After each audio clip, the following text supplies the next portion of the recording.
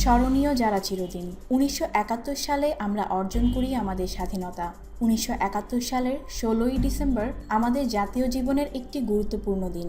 এই দিন আমরা দেশকে পুরোপুরি শত্রুমুক্ত করে বিজয় অর্জন করি। এই বিজয়কে পাবার আগে দেশবাসীকে করে যেতে হয় এক তীব্র মুক্তিযুদ্ধ।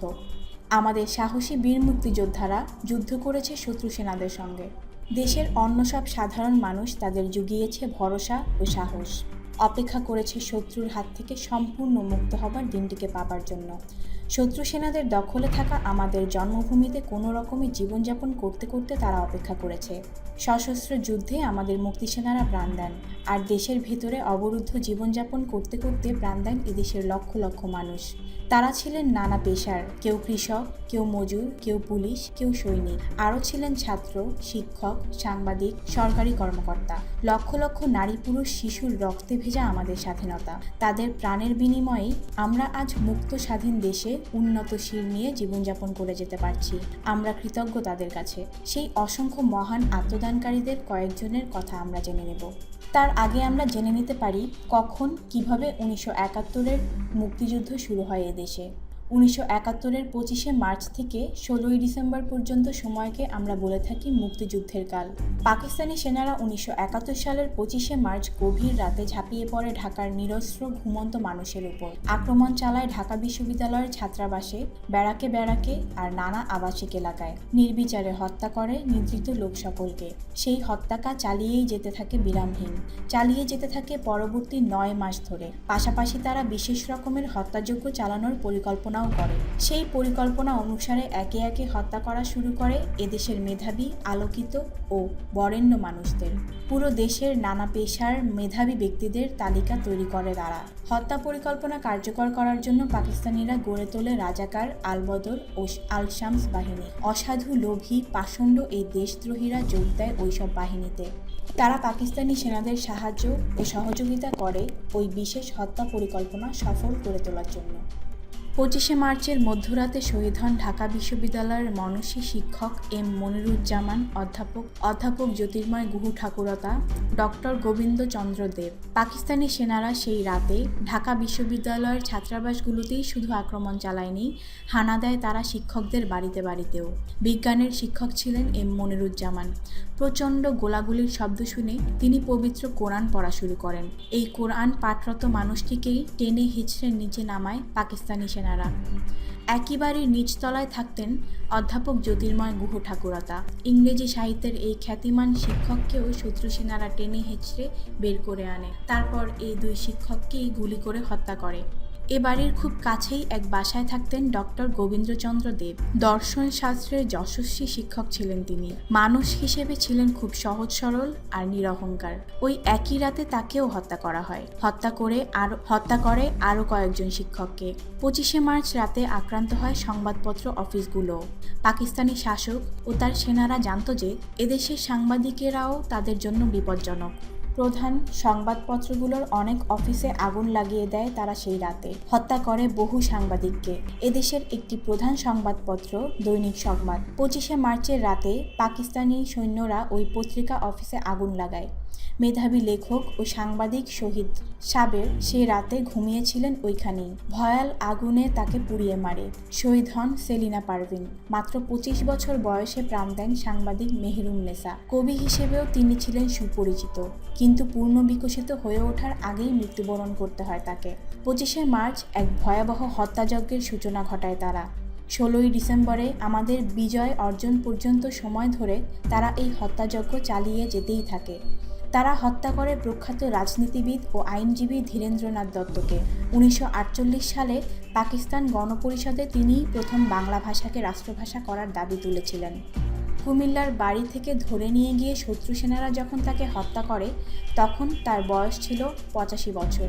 শহীদ হন অধ্যক্ষ যোগেশ চন্দ্র ঘোষ। জীবনের বেশিরভাগ সময় তিনি কাটান রসায়ন শাস্ত্রের অধ্যাপনা ও গবেষণা করে। তিনি এ দেশবাসীর স্বাস্থ্যসেবার জন্য প্রতিষ্ঠা করেন আয়ুর্বেদীয় একটি প্রতিষ্ঠান। ৮৪ বছর বয়স্ক এই মানুষটিও রেহাই পাননি পাকিস্তানি শত্রুদের হাত থেকে। এদেশের সাধারণ মানুষদের মঙ্গল ও কল্যাণ সাধনের জন্য নিজেকে সঁপে দিয়েছিলেন রণদা প্রসাদ সাহা।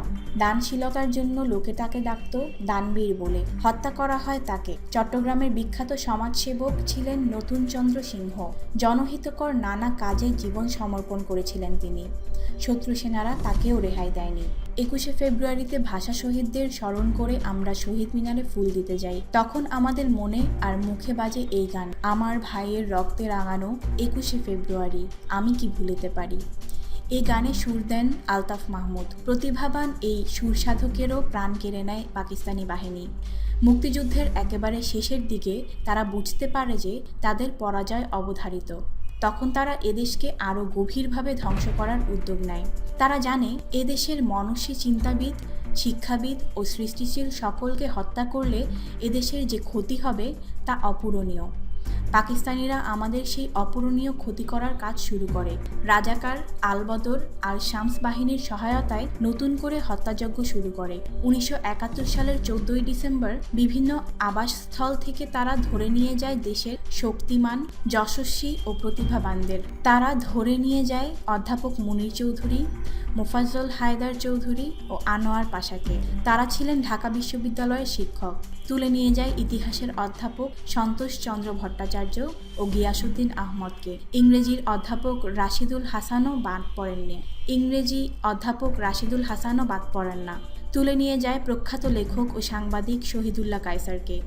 সাংবাদিক সিরাজউদ্দিন হোসেন, নিজামুদ্দিন আহমদ ও আ.স.ম. গোলাম মোস্তফা, প্রখ্যাত চিকিৎসক ফজলে রাব্বি, আব্দুল আলিম চৌধুরী, মোহাম্মদ মোর্তজাকেও একইভাবে ধরে নিয়ে যাওয়া হয় আরও বহুজনকে। এরা কেউই আর জীবিত ফিরে আসেননি। দেশ স্বাধীন হবার পরে এ সকল বুদ্ধিজীবীর অনেকের ক্ষতবিক্ষত লাশ পাওয়া যায় মিরপুর ও রায়েরবাজারের বধ্যভূমিতে। আবার অনেকের কোনো সন্ধানও পাওয়া যায়নি। তাদের স্মরণে প্রতি বছর 14ই ডিসেম্বরে আমরা পালন করি শহীদ বুদ্ধিজীবী দিবস হিসেবে। এ জাতির শ্রেষ্ঠ সন্তান ছিলেন তারা। তাদের প্রাণদান আমরা কখনো ব্যর্থ হতে দেব না। আমরা তাদের স্মরণ করব চিরদিন। ও মাতৃভাষার জন্য ত্যাগের মহা আদর্শ তারা স্থাপন করে গেছে। আমরা সেই আদর্শ অনুসারে নিজেদের যোগ্য মানুষ রূপে গড়ে তুলব। তবেই আমাদের পক্ষে তাদের ঋণ শোধ করা সম্ভব হবে। শব্দগুলোর অর্থ জানি ও ব্যবহার শিখি। অবরুদ্ধ, শত্রু দিয়ে বেষ্টিত বা বন্দী। মুক্তিযুদ্ধের সময় আমরা অনেকেই বাংলাদেশে অবরুদ্ধ অবস্থায় দিন কাটিয়েছি। আত্মদানকারী, নিজের জীবন উৎসর্গ করেছে যে। এদেশের স্বাধীনতার জন্য আত্মদানকারী সকল মুক্তিযোদ্ধাকে আমরা চিরদিন মনে রাখব। নির্বিচার, কোনো রকম বিচার বিবেচনা ছাড়া পাকিস্তানিরা নির্বিচারে এদেশের মানুষকে হত্যা করেছে। বরেণ্য, মান্য, মুক্তিযুদ্ধকালে এদেশের অনেক বরেণ্য শিক্ষক প্রাণদান করেন। পাষণ্ড, নির্দয়, পাষণ্ড রাজাকার বাহিনী এদেশের অনেক মানুষকে হত্যা করেছে। অসাধু, অসৎ, অসাধু ব্যক্তি মহাবিদ্বান হলেও সে ঘৃণ্য।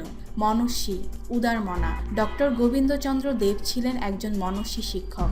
যশস্বী, বিখ্যাত বা কীর্তিমান, যশস্বী মানুষদের আমরা অনুসরণ করি। দেশদ্রোহী, দেশের শত্রু, রাজাকার, আলবদর চিরদিন গণ্য হবে দেশদ্রোহী হিসেবে। অবধারিত, অনিবার্য বা যা হবেই। পাকিস্তানিরা বুঝেছিল যে তাদের পরাজয় অবধারিত। প্রশ্নগুলোর উত্তর মুখে বলি ও লিখি। কোন সময়কে মুক্তিযুদ্ধের কাল বলা হয়? 1971 সালের 25শে মার্চ থেকে 16ই ডিসেম্বর পর্যন্ত সময়কে মুক্তিযুদ্ধের কাল বলা হয়। 1971 সালের 25শে মার্চ পাকিস্তানি সৈন্যরা কী করেছিল? 1971 সালের 25শে মার্চ পাকিস্তানি সৈন্যরা গভীর রাতে ঝাঁপিয়ে পড়ে ঢাকার নিরস্ত্র ঘুমন্ত মানুষের উপর। রাজাকার আলবদর কারা? তারা কি করত?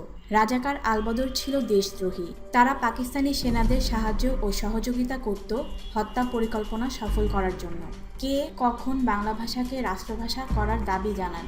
ধীরেন্দ্রনাথ দত্ত 1948 সালে বাংলা ভাষাকে রাষ্ট্রভাষা করার দাবি জানান। শহীদ সাবের কে ছিলেন? তিনি কিভাবে শহীদ হন? শহীদ সাবের একজন মেধাবী লেখক ও সাংবাদিক ছিলেন। পাক সেনারা তাকে ভয়াল আগুনে পুড়িয়ে মারে এবং তিনি শহীদ হন। রণপ্রসাদ সাহাকে কেন দানবীর বলা হয়? মানুষদের মঙ্গল ও কল্যাণ সাধনের জন্য রণপ্রসাদ সাহা নিজেকে সঁপে দিয়েছিলেন, তাই তাকে দানবীর বলা হয়। কয়েকজন শহীদ সাংবাদিকের নাম বলি ও তাদের সম্পর্কে লিখি। কোন দিনটিকে শহীদ বুদ্ধিজীবী দিবস হিসেবে পালন করা হয়? কেন? 14ই ডিসেম্বর শহীদ বুদ্ধিজীবী দিবস হিসেবে পালন করা হয়। কারণ এই দিনে অনেক বুদ্ধিজীবী শহীদ হয়। আমরা কাদের চিরদিন স্মরণ করে যাব? কেন আমরা মুক্তিযোদ্ধা ও বুদ্ধিজীবীদের চিরদিন স্মরণ করে যাব? কারণ তাদের জীবনের বিনিময়ে আমরা স্বাধীন রাষ্ট্রের নাগরিক হতে পেরেছি। আমরা কিভাবে শহীদদের ঋণ শোধ করতে পারি? আমরা যদি শহীদদের আদর্শ অনুসারে নিজেদের যোগ্য মানুষ রূপে গড়ে তুলতে পারি, তবেই আমরা তাদের ঋণ শোধ করতে পারব। এক কথায় প্রকাশ করতে শিখি, বরণ করার যোগ্য বরেণ্য, মেধা আছে এমন যে জন মেধাবী, অহংকার নেই যার নিরহংকার, বিচার বিবেচনা ছাড়া যা নির্বিচার, কোনোভাবেই পূরণ করা যায় না এমন অপূরণীয়।